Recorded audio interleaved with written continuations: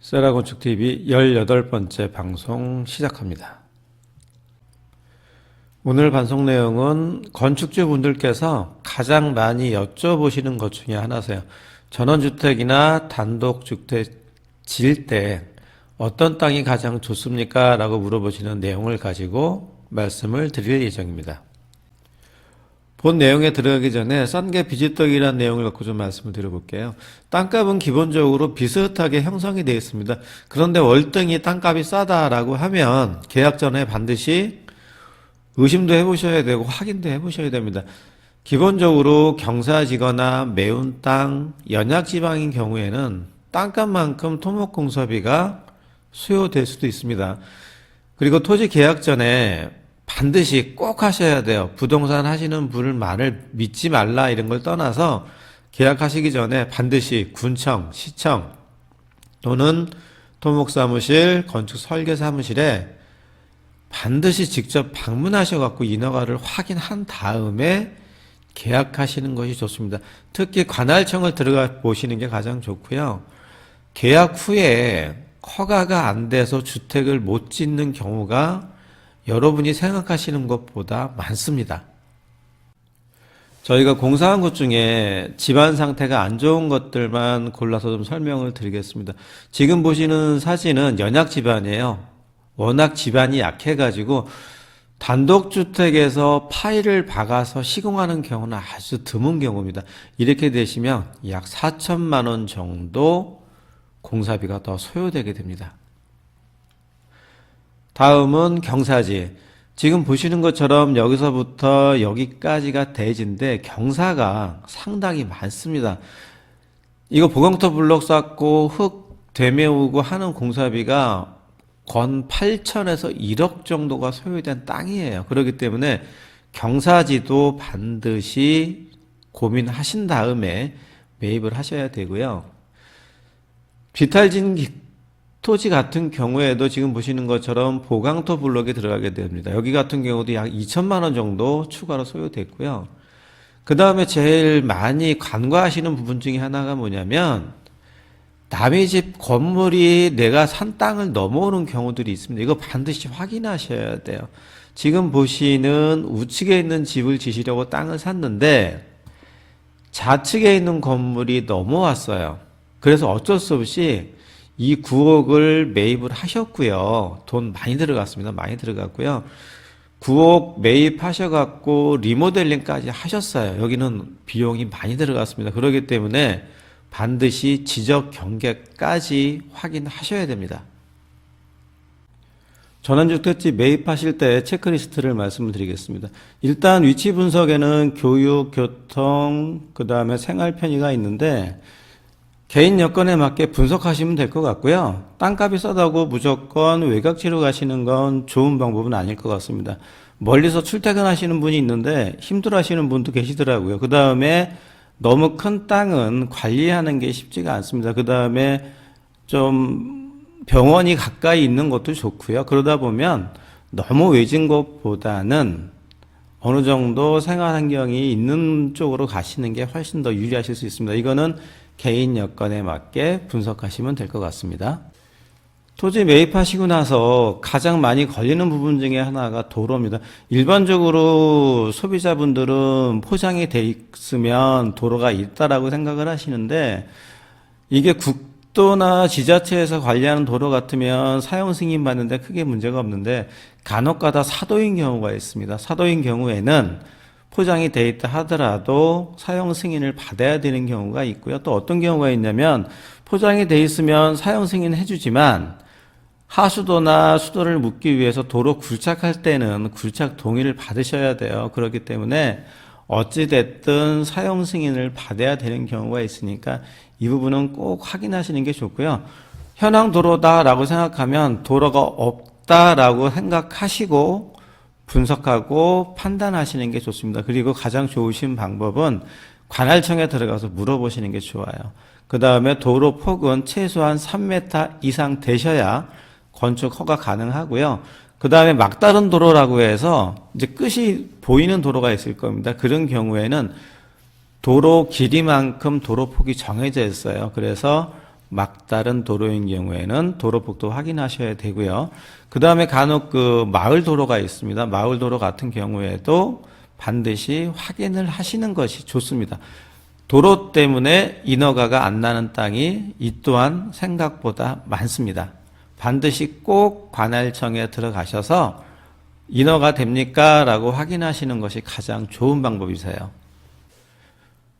대지 분석은 경사지, 매운 땅은 피하시는 게 좋고요. 매운 땅보다는 오히려 깎은 땅이 지지력이 더 좋습니다. 매운 땅 같은 경우에는 시간이 지나도 연역 지반인 경우가 많아서 매운 땅 같은 경우에는 반드시 지반 조사를 하시는 게 좋고요. 매운 땅 경사지는 토목공사비가 많이 소요되니까 땅값이 싸다고 계약하시는 것보다는 검토를 하고 계약하시는 게 좋고요. 강원도가 그랬었죠. 불 났을 때 후면에 산이 있는 경우에 산사태나 산불도 고려하셔야 되고요. 너무 큰 땅 피하십시오. 너무 땅이 커버리면 유지관리 힘드시고요. 그 다음에 전원주택지 경우 같은 경우에는 집들이 많이 들어가다 보니까 주변 집과 사생활 침해도 좀 고려를 하셔야 돼요. 그래서 가급적이면 전원주택지 같은 경우에는 외곽 쪽에 있는 땅들이 훨씬 사생활 침해에는 유리할 수 있습니다. 이런 부분도 확인해 보시면 될 것 같습니다. 토지를 분석하실 때 남측 방향의 전경이 좋다면 가장 좋고요. 남측 토지인 경우에는 남북으로 긴 땅보다는 동서로 긴 땅이 설계에 유리합니다. 모든 방과 실이 조망과 채광이 우수하게 되고요. 좀 보고 설명을 드릴게요. 지금 좌측에 보시는 사진이 남향이라고 가정을 하면 동서로 긴 땅에 이런 경우에는 그냥 간단하게 예를 보여드린 거 이렇게 설계를 꼭 하는 건 아닙니다. 앞에 방, 거실, 주방, 방 주로 생활하는 공간들이 남향으로 배치가 되고 남향 쪽에 전경이 좋다면 전경과 일조를 모두 확보하실 수 있어요. 그리고 가급적이면 동서로 긴 땅이 유리하시고 그래서 4베이까지 배치가 가능하고요. 만약에 남향인데 남북으로 길다 그러면은 어쩔 수 없이 2베이나 3베이로 배치를 해야 됩니다. 그러면 보시는 것처럼 방 들어가고 거실 들어가고 방 들어가면 3베이 정도는 되겠죠. 폭이 좁으면 2베이까지도 들어갈 수 있고요. 그래서 가급적이면 땅을 사실 때는 남향인 경우에는 동서로 긴 땅을 사시는 게 유리하십니다. 도심지 주거지일 경우에는 북쪽에 도로나 공원이 있는 땅이 일조권에 유리합니다. 그러니까 건물을 층수를 더 올라갈 수 있고요. 대지는 꼭 남향이어야 된다. 사실 남향 집이 유리한 건 많아요. 근데 그런 조건에 맞는 땅이 생각보다 많지 않습니다. 북쪽에 조망이 예를 들어서 강이 있고 산이 있고 좋다 그러면 계약하셔도 돼요. 남쪽으로 창을 배치해서 북향과 남향을 동시에 만족할 수 있는 설계도 가능합니다. 그렇기 때문에 꼭 남향이 아니더라도 뷰가 좋다면 북향 땅도 나쁘지는 않습니다. 하지만 계약하시기 전에 반드시 설계를 한번 해보시는 게 더 판단하기 유리하실 겁니다. 매입하시는 토지가 지목이 대지가 아닌 임이나 전이나 답이나 이런 경우에는 일단은 토목 설계비가 약 300만 원 정도 추가되시고요. 그다음에 전용부담금을 공시지가의 30%를 납부를 하셔야 되기 때문에 매입하는 가격에 전용부담금과 토목 설계비도 포함을 하셔서 계산을 하셔야 되고요. 임야인 경우에는 임목분수라는 게 있습니다. 그래서 보호수정이라든가 이런 것들이 있으면 건축허가 받기가 어렵습니다. 그래서 임목분수도 반드시 확인하셔야 되고요. 임야인 경우에는 반드시 그 지역마다 개발 제한을 주는 경사도라는 게 있습니다. 그래서 경사도도 확인하시고 매입하셔야 됩니다. 토지를 매입하실 때 지적 경계는 반드시 매입 전에 확인하시는 게 좋습니다. 사고 나서 경계 측량하시는 게 아니라 매입하기 전에 경계 측량하시는 게 좋고요. 경계 측량을 해달라고 하시는 게 좋습니다. 뭐 때문에 그러냐면 남의 건물이 내 땅을 침범한 경우들이 있습니다. 그러면 어떻게 생각하시냐면 대부분들 남이 넘어왔으니까 철거하라고 하면 되겠지라고 생각하시는데 이게 쉽지가 않습니다.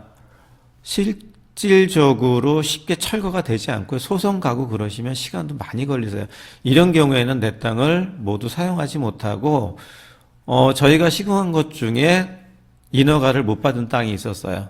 옆에 땅을 매입을 하든지 넘어온 땅만큼 땅에서 공제를 한 후에 건축 허가를 들어오라고 한 경우도 있었습니다. 그렇기 때문에 반드시 지적 경계는 꼭 확인하셔야 됩니다. 그 다음에 확인하셔야 될 부분이 수도, 급수 관계도 확인하셔야 됩니다. 수도 없으면 지하수 파면 되겠지라고 생각하시는데 지하수를 못 파는 지역도 있습니다. 그리고 간혹 가다가 참 드문 경우긴 하지만 물이 안 나오는 땅도 있어요. 그렇기 때문에 지하수 부분도 반드시 챙기셔야 되고요. 우물 파는 비용은 대략적으로 소공, 깊이가 낮은 경우에는 약 300만 원 정도 소요가 되고요. 좀 깊이 들어가는 대공인 같은 경우에는 800만 원에서 1000만 원 정도 예상하시면 됩니다. 급수관계 반드시 확인하셔야 됩니다.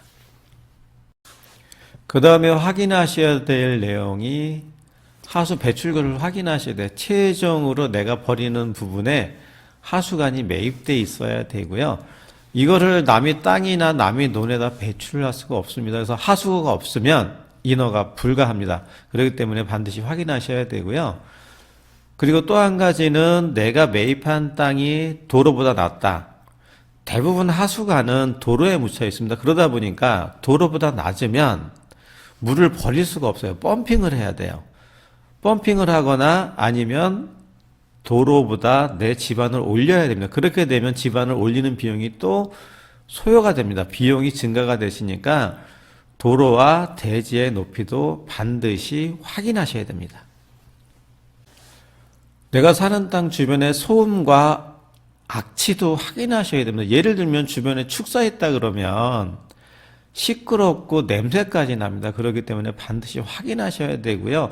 도로 옆에는 차가 많이 다니는 경우에는 차량 소음도 되게 심하고요. 특히 공장 소음도 보셔야 되고 관광객 소음도 챙기셔야 돼요. 이게 뭐냐면 정말 위치 좋은데 관광객들이 많이 오는 자리는 여름 내내 시끄럽습니다. 그래서 내가 편하게 쉬고 싶은데 못 쉬는 경우들도 생각보다 많으세요. 그렇기 때문에 악취와 주변의 소음도 반드시 확인을 하시는 것이 좋습니다.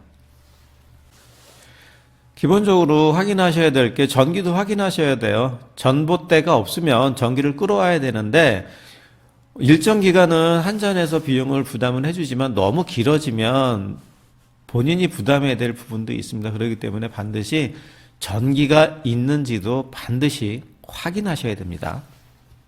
그 다음에 마지막으로 이제 토지 권리 분석을 하셔야 되는데, 가장 기본적인 거니까요. 근저당 가압류 확인하셔야 되고요.